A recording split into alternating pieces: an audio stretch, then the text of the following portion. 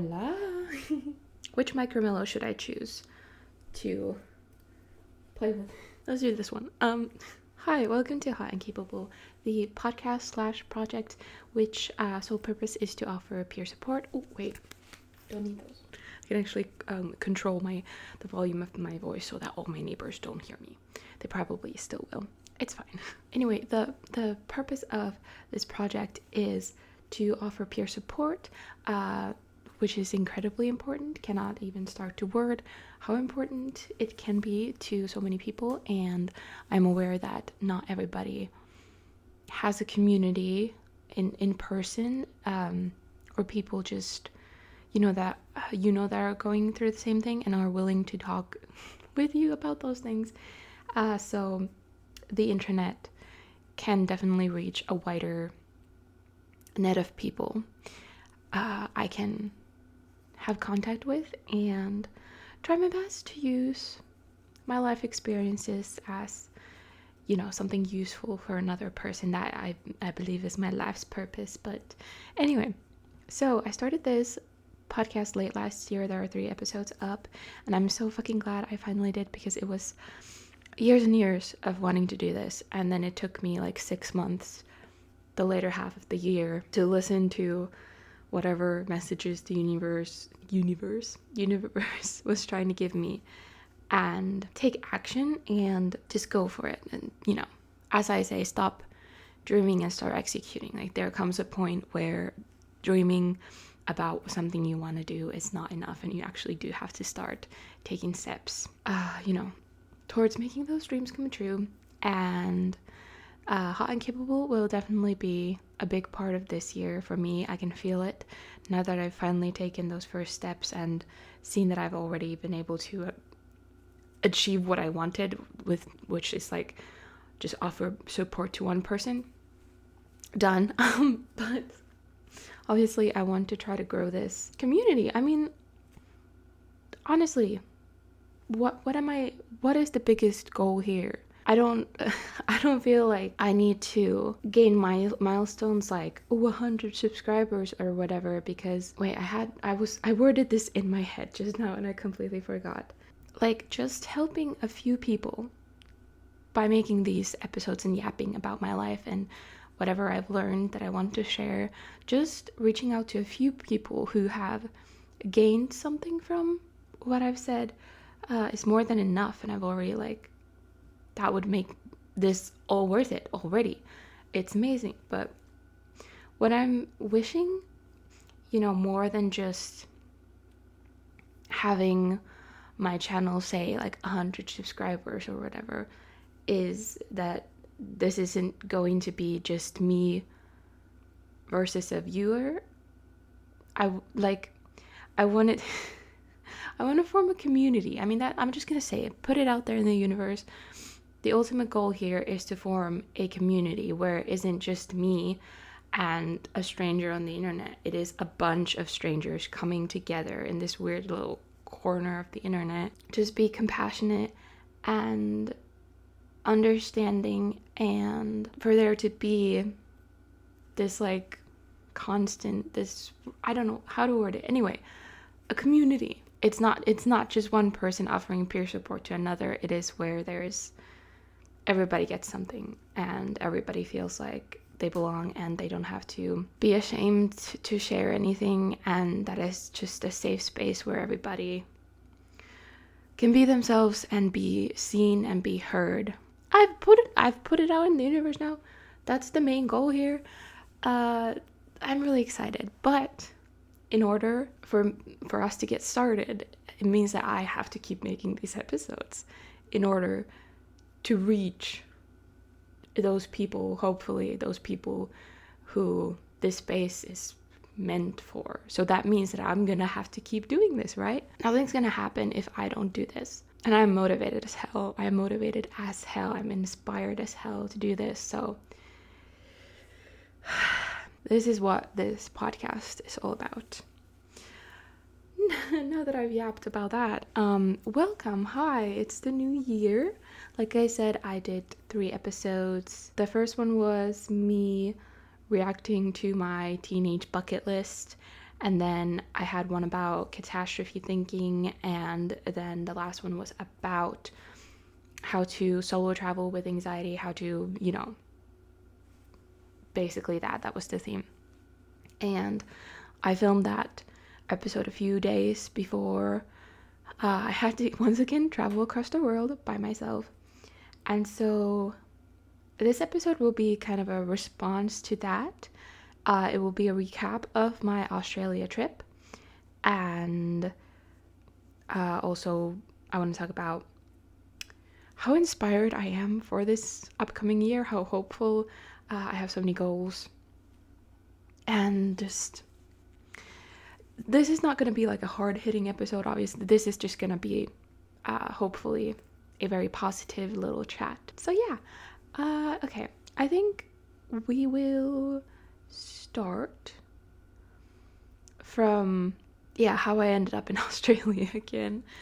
So my husband, long story short, we've been long distance our whole 6-year relationship. And most recently, he lived in the UK. I live in Finland. And he, for the holidays,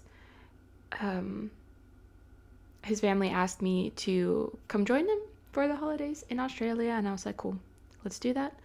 But Jody, my husband, took this opportunity to move from the UK back to Australia, where his family lives, and live with them while we wait for his residence permit to Finland, so that hopefully this year we can finally move in together in Finland. My goodness. That's a whole other story, and I'm so excited for that. Anyway, we'll get to that later when I'm talking about my dreams and stuff. We flew to Australia on the same day, so that this was the 20th of December. And he flew from Manchester, I flew from Helsinki, so we didn't have the same flight, which he started to regret a couple weeks before the trip because I was getting very anxious. I was having so much anxiety and stress. I wasn't depressed, but I was in like a, I don't know, was I in like a pre state of depression? I had so many disorders, like OCD and anxiety and my ED just kick in all at once. And so in these like weeks leading up to having to fly out, and the stress about the travel, kept up that level of anxiety all those weeks. So it was not really something I could resolve until it was done, until the trip was done. So all I could really do was try to treat the symptoms and be as kind to myself as I could and understanding, and just kind of go with the flow until, Anyway, I was not in a very good place mentally, and that is why Jordy kind of regretted not flying to Finland first from the UK, just so he could like hold my hand and fly with me to Australia. And I just told him, like, girl, that's a little bit that I would never ask you to do that, because that seems ridiculous, because I'm a big girl and I can fly by myself to Australia. Why? Because I've done it before. Like, I know I can do it. It just seems so difficult at the moment. And because I was going to be away for 3 weeks, even though I've been to his family house before, I've met his family, love his family. His family was so excited to see me. And I knew that I was going to be taken care of there. Like, I wouldn't have to worry, because they all knew, my background of anxiety and social anxiety and like all of that.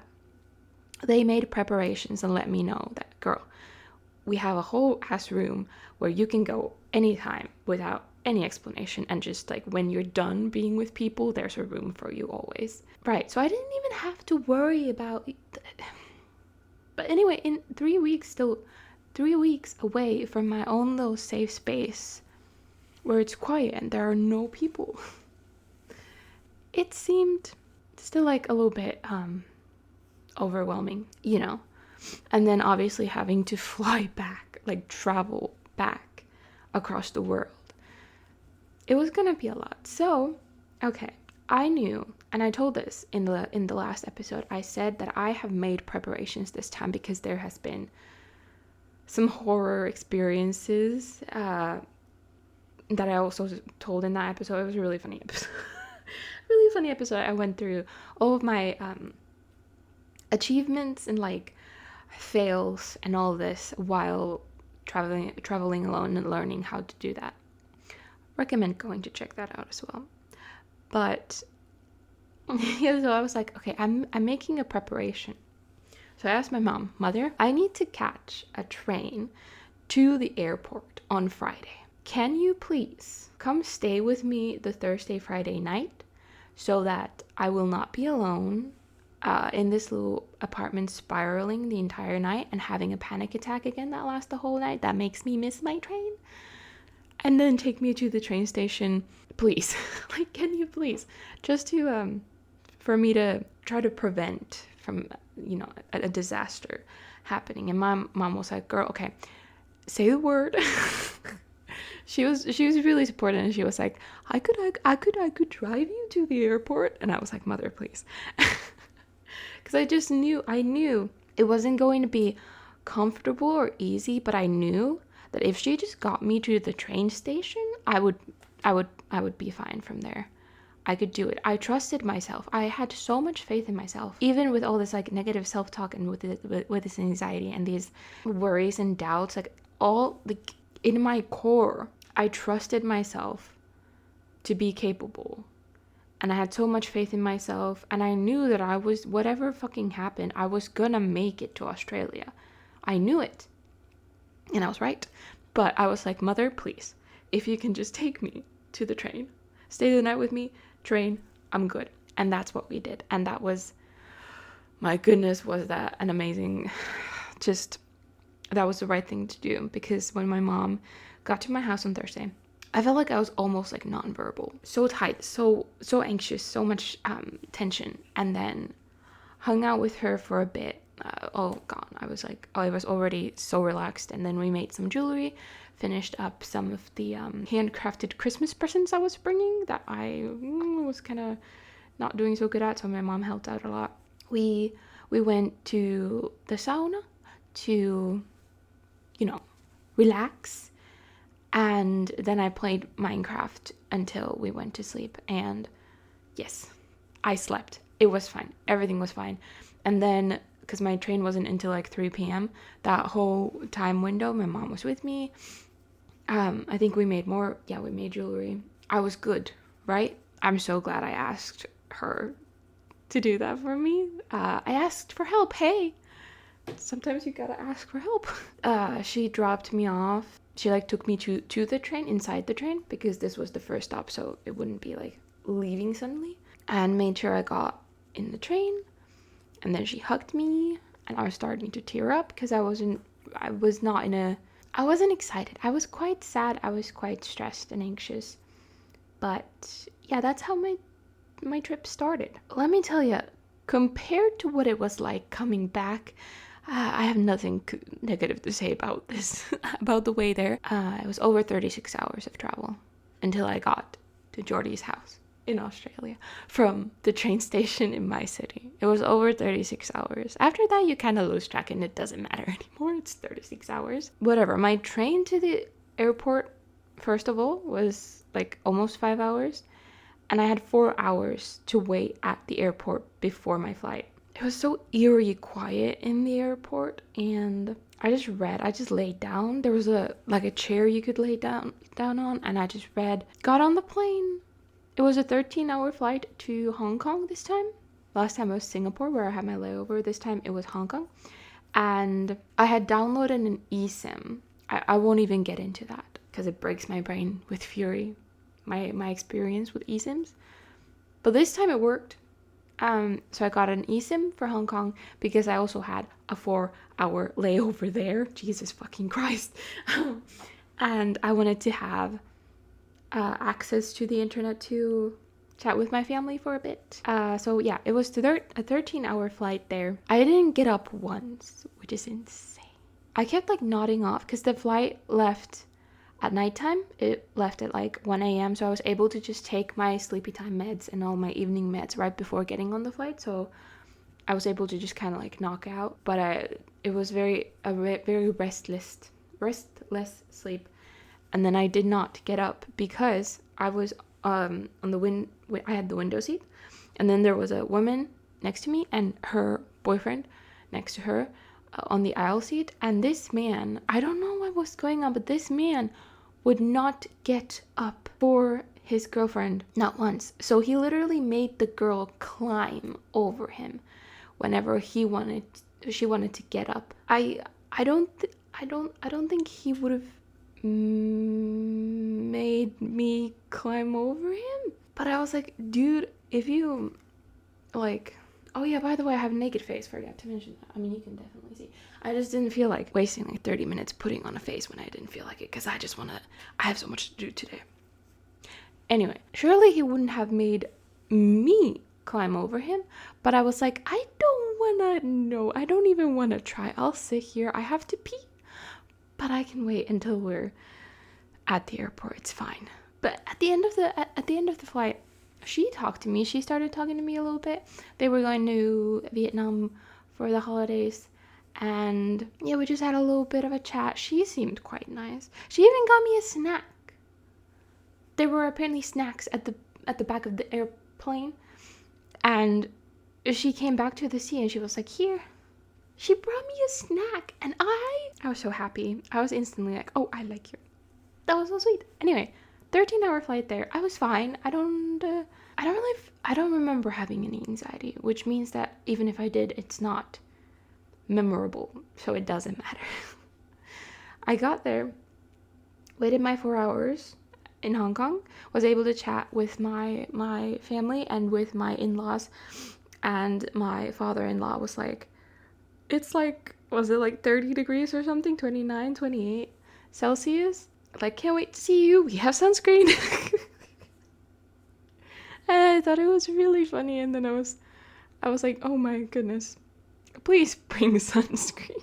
And those 4 hours went by really fast. I tried to move around as much as I could and stretch, because, you know, you gotta do that when you're flying a lot. And yeah, that was it.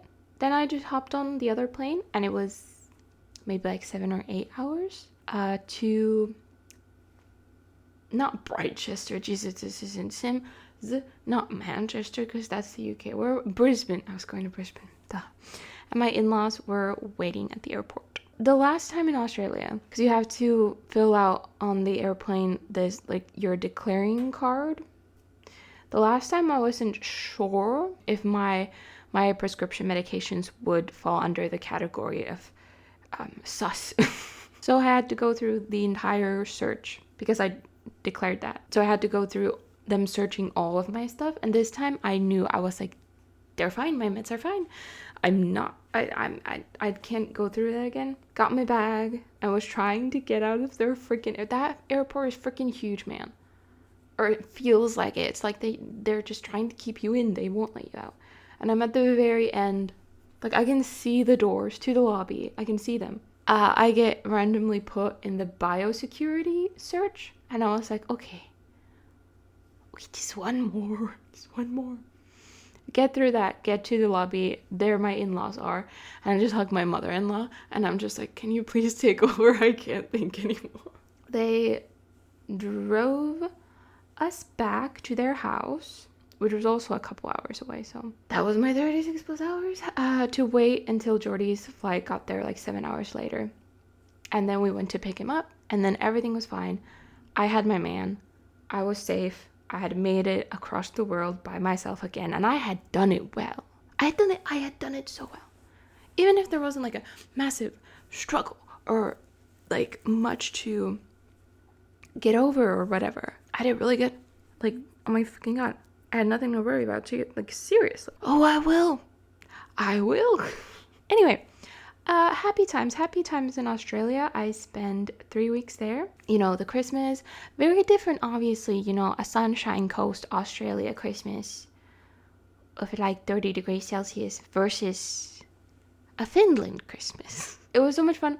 Because I'm a vegetarian, none of them are, but my mother-in-law went through the trouble of finding vegetarian recipes for us to cook. So we all had a vegetarian Christmas, which was so fun.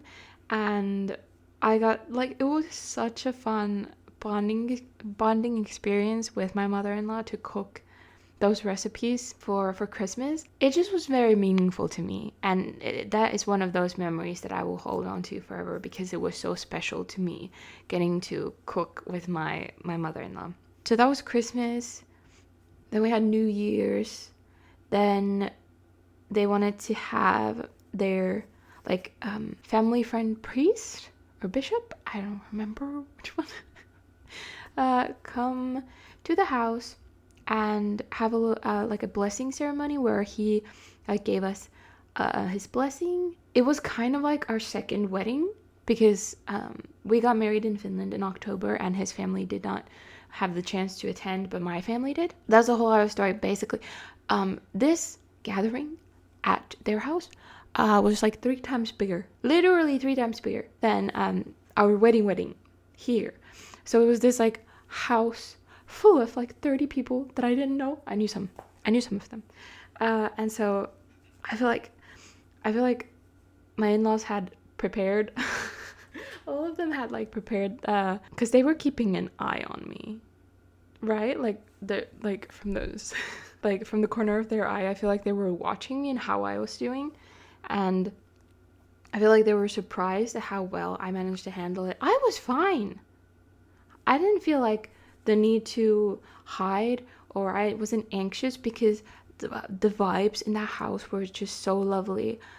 Everyone was so excited for me and Jordy, for our marriage. They were so excited to either like see me again or meet me for the first time. Everyone was smiling so wide. Everyone felt like they were having a good time, and I felt so loved and special. So I was completely fine. It was a lovely experience. After everybody left, I put on my fucking PJ pants and my t-shirt, and I was like, girl, I need to decompress. I need to go lay down in the dark. Because I'm not used to leaving the house or doing anything really. Usually all of my socializing is online and like on my own terms. This trip, there was like something every day, if not multiple somethings. Usually I think that would have I would have been worn out so quickly and become maybe so overwhelmed that I would have started my downhill towards depression and burnout. I was so good. You know why I was so good? Well, first of all, I was having a great time. I didn't feel forced to do anything, and I got to just hang out with lovely people and go out. Those entire 3 weeks, I was in the house alone for less than 2 hours one time. Otherwise, there was always people around, but it was fine. I love them. They were safe people. They were completely safe people. How I got through all of that activity and socializing without getting overwhelmed and burnt out was I had learned how to regulate. My fucking god, after all these years of being bipolar and such, am I finally learning how to regulate my emotions and my needs, especially my needs? It seems so. It appears so. Because I would do all these things, and then because it was such a safe environment, and as I said, my mother-in-law was like, there's a room, you can just go when you're done, when you're done with us. And I would do that. I would carve out time to just rest, to just lay down in a dark room, or read outside. I love to read outside on their in their backyard by the pool, in the warmth. They were kind of fun. They were laughing a couple times about how the Aussies, just stay inside in the air conditioning when it's 28 degrees out, and then there's just me, the Finn, just reading by the pool outside, refusing to come in because it's so nice and warm outside. I was trying to use all my senses so I can go back and try to feel the warmth. If I try to teleport myself back to that memory of just reading outside by the pool, and I can feel the warmth. I tried to do that. Anyway, so I would take time for myself. That balanced it all out. And I'm very proud of that, because I feel like I did really well. I need to give myself praise for that, because I could have not taken care of myself and, had a worse trip for that. So, I love seeing personal growth and progress. This was an incredible trip.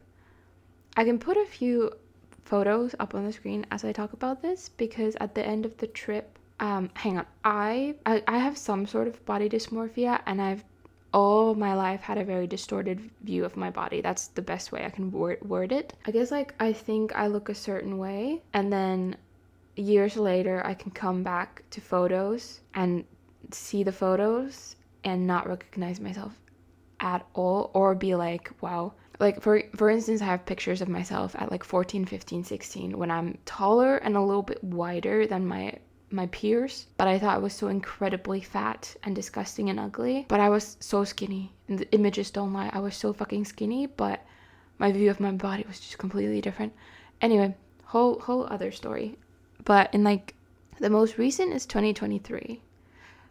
2021 to 2023, I do not recognize myself. The first time Jordy came to visit me in May 2023, I do not recognize myself in those photos. That is a completely different person, and I don't know how to explain why the fuck that is. But that's important to know, because I'll put the images on the screen. These were taken at the very end of the trip, and I looked at these photos and I was like, my fucking god, I finally recognize myself, because that is how I think I look. No, that is how I view myself. This is hard to explain, bear with me, but it's like I look at that sunny, smiling girl and I'm like, no, but that's me. That is, I think, what my personality looks like, if that makes sense. That's what I mean to say. And I looked at these pictures and I was just like, wow, how fucking cool is it to finally recognize yourself. I just wanted to mention that, because that was a highlight of the trip. Lovely trip. I flew out on January 10th, but my flight wasn't until 10 p.m. So, because Jordy had a lot of friends, or has a lot of friends back in Australia, and a lot of them are girlies my age. And even before I went there for the first time 2 years ago, I feel like they kind of adopted me, and they just welcomed me with such open arms, and we've kept in touch these years, and I just really love them. They're amazing people. And so this was a Saturday. They organized a little crafts and snacks party. I spent a couple hours there in the morning or at noon to have a little bit of a distraction before having to, start coming back here, because I wasn't ready to come home. There were stupid reasons like healthcare and meds why I couldn't stay longer. I wasn't ready to come home. I didn't want to leave. I love my in-laws. I love my new little sisters. I love my husband, obviously. I just loved my time there. I loved the person I was there, which was me. It wasn't a different person in a different environment. It was just, I felt much freer to be myself. Was it because I got to wear pretty dresses and skirts all the time? Partly. In the warmth. But yeah, so I had that little distraction in the afternoon, which was so lovely. I love those girls so much. And then Jordy took me to the airport in the evening. It was just very, very sad for both of us. I felt empty. I felt gutted. I felt like I would have cried and sobbed if I didn't feel so empty. But, it had to happen. We didn't have a choice. Had to happen, but he drops me off at the airport. I'm like, please go. I can't. I just needed to rip off the band-aid and just be done and just go through security and be on the other side. This time I did not have any sort of internet or anything until I was back in my homeland. But I was a little bit teary-eyed, and I feel like I just stared in front of me for the couple hours I was there until I had to leave. Once again, I hopped on that plane I took my meds before I hopped off on that plane. This flight, now we're gonna get to the part where I'm like talking about coping and surviving traveling when there are like complications, or just like you're just not in a good place mentally. Nothing too dark, but like I need to be honest about it and tell, for you to see the contrast of what it can be versus of like, the best experience of like no struggles to many struggles indeed. So this time I was flying to Doha, and it was a 14-hour flight. Oh, that stings. I can still feel my limbs in pain after that one. One thing to point out, I will point out, with me and travel and how it's always been, is my stomach does not like travel. My stomach does not like being outside of its safe environment. She just doesn't want to work. She just doesn't want to work with me. So I was ill, like physically ill, this whole travel back. So there was like the element of being physically unwell. But yeah, it was a 14-hour flight. I was not well at this point because I kept dozing off because I was exhausted. But then immediately like waking up in such a state of panic.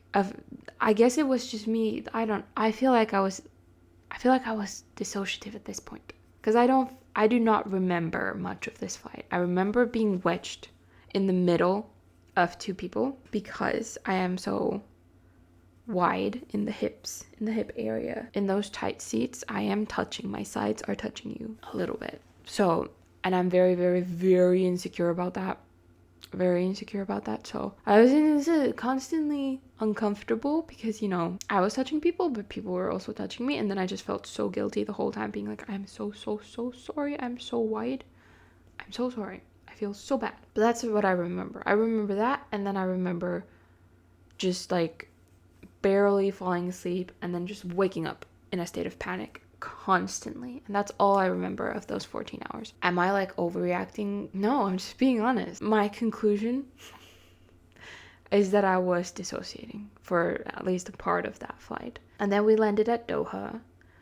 And then, because I've been there, my layover when I was coming back the last time was there. So I was like, I had the confidence. I was like, okay, this isn't a new airport for me. I know I've been able to navigate it before. I can do it again. Like, I had all the faith in myself. However, I was so unwell. I bought a cute, I bought so many mystery boxes while there because we don't have them like this. So at the airport, I did pop by Pop Mart and I got this fella. I got this little fella. So cute. I got this one earlier on the trip. So cute. Anyway, I got the green one. Then I found my gate, which was almost empty. There were still 2 hours for the flight to leave. And I was like, I need to move around. I need to stretch, which I did. But then I had reached a panicked state. I didn't want to leave the gate. I didn't feel capable of going around, walking around. I just needed to stay. And so I sat there on the floor. I stretched as much as I could. And then over the couple hours, people started, coming in. It was a small gate. It was a very small space. And there were so many people. And at this point, my brain was fried and my senses were so overloaded to the point of like all the sound around me became so painful. It hurt so much, but there wasn't much I could do. I mean, I guess I could have put on like headphones. Maybe I did. I don't remember. But then I was also physically unwell and running back and forth to the bathroom while waiting in the line. Just in a sea of people with like no personal space. I felt the dissociation. This is hard for me to explain. I've never been able to explain dissociating very well. But me and my therapist a few years ago, we came up with a word for it. And my word for when you can feel reality slipping is humpsahdus. Because it feels like you're plummeting. it feels, like reality is slipping away from you. And I started feeling that while in the line. And that obviously spiked my panic even more, which didn't help anything at all, because I haven't dissociated much in years. But it was absolutely fucking horrible in 2017 and 2018. Like the scariest shit I've ever been through. So as I was like feeling it for the first time in years, obviously, yeah, I panicked a little bit, because I was like, I cannot deal with this shit right now, okay? I do not have mental capacity. I do not have I cannot keep my walls up to protect me. But then also, speaking of protection, when I was telling this to my therapist on Monday, I got back late Sunday night. Therapy was on Monday morning. My therapist said that dissociating is your brain's way to protect you. And then I was like, oh yeah, true, but it was the scariest fuck. Anyway, that was Doha. I got on the plane. I was still in the fucking bathroom dealing with my stomach while they were like, last call to flight to Helsinki. It was not nice. It was so bad. It was horrible. And then I had like an 7-8 hour flight back to Helsinki. And then, oh my goodness, I forgot. Okay, we're almost done with the story time, but this is a very important part, okay? Landed in Helsinki-Vantaa airport. I was like, okay, home stretch. All I need to do is just catch that other 5-hour train back to my home city and then have my mom pick me up. Everything's good. It took for our flight's luggage an hour to arrive at the belt. And long story short, I stood there for 30 minutes. I had my train booked and I had gotten that extra cancellation fee for it, because I did not know if I was gonna be able to make it. But my brain was so fried and I was so panicked that it was down to a couple minutes. I couldn't cancel the train because it already left. So I lost all that money. And at that point, I finally broke down. Never before on this trip so far. Not even in Doha. No. In my home country. I sit on the floor in the lobby. I am shaking, I am hyperventilating slightly, and I just want to give up. But my brain was like, no. There's nobody here to take care of you or to save you. You need to act. You need to get yourself back home. What's the first step? First step was to book the next train, which happened to be only an hour away. Incredible. Usually they're hours apart. I booked the ticket, and then I was like, okay, now I need to break down. I can't do this anymore. And since my mom was gonna come pick me up and I was supposed to give her my train details, I called my mom and I was like, this is important. This is an important thing I noted and felt, was I wanted to feel like the victim. And that sounds bad, but it was only because I wanted comfort, and I wanted for somebody to validate my feelings and be like, you are more than deserving of feeling these feelings, feeling like you have been wronged in this situation. Or nobody wronged me except whoever the fuck was in charge of that luggage. But you know what I mean? Do you know what I mean? It was a brief moment where I was like, I just want to give up, and I want to feel like I've been wronged. I hope that doesn't sound too bad. I just want to be honest about it, because it was interesting for me to realize that, oh, no, but I kind of want to feel like a victim in this situation. Anyway, my mother doesn't answer the phone, which is the important part here, because I wanted to have that. I wanted her to be like, oh, right? But she didn't pick up. And then my brain was like, okay, fuck, we don't have time for this then. In that case, we don't have fucking time. Then once again, I was like, okay, well, I need to act. What is the next step towards getting me back home? I was hungry and I wanted caffeine. So I was like, I'm gonna go to Espresso House, which is the cafe at the airport where it is very customary for me to get a salted caramel frappuccino with an extra shot of espresso. So I got that, and I got a little salty treat, and I went and I sat back in the corner, and at that point I didn't feel like crying anymore. I didn't feel like feeling like the victim anymore. I was just like, well, shit. Then my mom was texting me and I explained the situation and I was like, yeah, I dissociated in Doha and I missed the train and I lost the money, but it's fine because I got the next train. I'm coming home, it's fine. Had my little coffee, had my snack. I was feeling better and was feeling like, okay, well, I handled that pretty well, didn't I? Ooh, because like I could have like completely been like, I'm the victim and nothing's going right and I don't know, somebody come save me. No, I didn't need to do that. I didn't want to do that. I handled that really well, I think. I was very proud of that. Very proud to tell my therapist about that. And very proud to tell you also that, it's okay. It's okay to be overwhelmed. It's okay to break down when things don't go the way you had hoped or you planned. It is okay. But like sometimes all you can do is take care of yourself and do things one step at a time. Doing anything like, I don't know, traveling across the world one step at a time, doing smaller things one step at a time is sometimes the only way you can get through it. And it is very, very smart to just chop whatever you have to do into smaller pieces, into smaller, like, accomplishable? That can't be a word. Into smaller chunks that you can accomplish, right? Anyway, any fucking way, I got on the fucking train. And because it's like, I'm not done.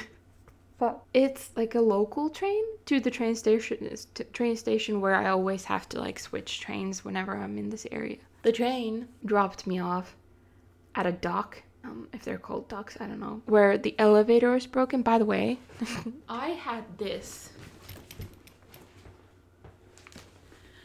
and she weighed 23 kilograms precisely. No elevator. So, I had to carry that son of a bitch up 3 flights of stairs. I was so cold, and because I was so out of breath from this physical challenge that my lungs hurt so bad after this. That was, once again, it was like, I have 11 minutes to catch this train if I want to go home now. So obviously I carried it up. I didn't have a fucking choice. But at that point I was again like, I just want to give up. I feel wronged. Got on the train. And I was like dead. I was dead. I was dead for the last remainder of those 4 hours, 45 minutes. I was fucking dead. And I just accepted it because I was like, I don't have to do shit anymore. All I have to do is run back and forth the bathroom and shit. Because I knew my mom would come pick me up from the train station and I would get home. And I did. My mom came to pick me up. Her and my grandma had made me food and snacks. And yeah, I got home safe. And that was that. Yeah, now it's been a week. Yeah, I got home a week ago. It's been an interesting week. Okay, let's talk about this. So, while in Australia, before New Year's, I made a tarot reading for 2026. Now, I don't care if you don't believe in tarot cards. I don't actually know if I even believe in tarot cards. What I use tarot cards, though, for is self-reflection. And I love it. I love it. It's so fun and interesting. So I made a tarot reading for new beginnings for this upcoming year, and I realized that I am so excited. I don't remember going into a year like this so hopeful, so full of inspiration and motivation and just like hope. I couldn't name you a year when that's been the case before. I planned on having this week to be just rest and relaxation, but I've done so much shit. I've accomplished so much shit. I have rested. I promise. I feel recovered. I don't feel jet lagged or anything before. I don't feel physically exhausted anymore, which is great. And I've rested, but I've also done so much freaking stuff.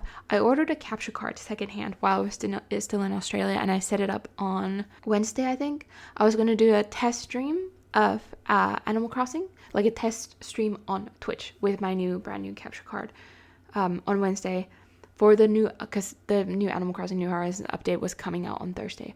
I was about to do the test stream, and they dropped the update early, and I got an anxiety attack that lasted the whole afternoon and evening, and I didn't do the stream because I panicked. And then I was so, because why is my brain wired this way? Why did I react so strongly to that? I don't know, but it didn't matter because Thursday morning, Riikka's live on Twitch playing Animal Crossing. Because I woke up on Thursday morning, I was like, I want to stream. So I'm gonna. before I lose that motivation, I need to do it. I also streamed on Friday morning. I've been making short form content. I've been doing all this shit. I've been reading. I've been gaming. I went outside on purpose. I think it was it yesterday or was it the day before? No, it was Friday. Yeah, on Friday I was feeling a bit overwhelmed. I wanted to read, but I was like, my brain's just too like wired right now. It doesn't want to focus on reading. And then I was like, I could take the bus to the city and go to my favorite cafe and read there. And I just like stood back. I listened to my brain and I was like, babes, are you sure? You want to go out on like purpose? You don't even need to go. You want to go? And she was like, yeah, I want to go have a coffee. It's afternoon coffee time anyway. And so I was like, I treaded so carefully. I was like, I can't even breathe. Slowly putting shit in my purse, putting my Kindle in my purse. And I was like, we gotta run. So I ran to the bus stop. And on the bus stop, I was debating still. I was like, I do have coffee at home. There are no people in my house. I could still go there. But I was like, I'm fucking going to the city, okay? I'm taking advantage. I have to take advantage of this opportunity. I need to go. And I did. I went to my favorite cafe. I had my favorite coffee. I had a yummy little snack. I didn't give a fuck about there being so much sugar in it. I was like, I deserve it. And then I was thinking like, because the bus fare alone is €8 going back and forth. And then the coffee itself is like €8.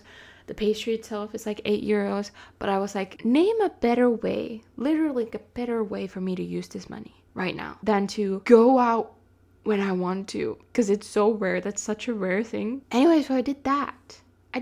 And then I've been doing so many things. Exciting things this week, and just like trying to work on my dreams and just like be active, be proactive, whatever. But it's on because I still struggle with thinking like what's enough. So even though I've accomplished at least like most things on my to-do list for the day, I still feel like it's not enough, even if I've been up since like 3:30 or 7, like doing all this shit. But it doesn't look the same every day. My energy levels, nothing looks the same every day, and it's kind of like there's a little bit of a shame there of like what is enough. I haven't done enough today, because it doesn't look the same for everybody either, and I find it very hard to explain to people who just like have 9-to-5 jobs and go to the gym before or after, and then maybe they have family, maybe they socialize, maybe they have like a hobby that takes them out of the house after work, after gym, whatever. It's very hard to explain to those people that sometimes all I can do is unload the dishwasher, load the dishwasher, and then play Minecraft. Anyway, I am taking small steps. I'm still taking steps. I am going to stream on Twitch from now on. I'm planning on doing, Animal Crossing. I'm planning on, throughout the spring, replaying the Walking Dead games. Maybe we'll start a new Stardew Valley farm? Evil farm? So yeah, my Twitch is at May I Be Frank. And I'm so excited for that. Because I know it gives me so much anxiety. But then whenever I'm live and whenever I'm doing it, I'm like, why the fuck did I worry before? Everything's fine. This is great. So I'm just going to train my brain into listening to that voice instead of the anxiety. I've been trying to do that my whole life. But anyway, we're going to do well. I will be making gaming videos. I will be doing this podcast. I want to finish a rewritten draft of my first book, if that feels like it's something I need to do. So I have all of these creative projects for the year, and I'm so fucking excited. And then there's also the plan of moving my husband here, which I will make happen one way or another. It's happening this year. It's happening this year. And so that's going to be a huge change in my life that I'm just so excited for. Cannot wait. Okay, that was a really long yap. I really hope if you're listening that your 2026 is gonna look the way you want it to look, I hope you get to enjoy whatever brings you joy. I hope your year has the least amount of pain and struggle, but maybe you get to learn something, get to grow from those struggles, and I hope you find a place here in this little corner. I hope for me, and I hope for us all, that we get to build a little community over this year. That would be incredible. And yeah, okay, that's this episode. Is this okay? I've been squeezing it so hard this whole episode. Okay, I gotta go. I have so much to do today, and I'm so excited. Okay, happy 2026 to us all.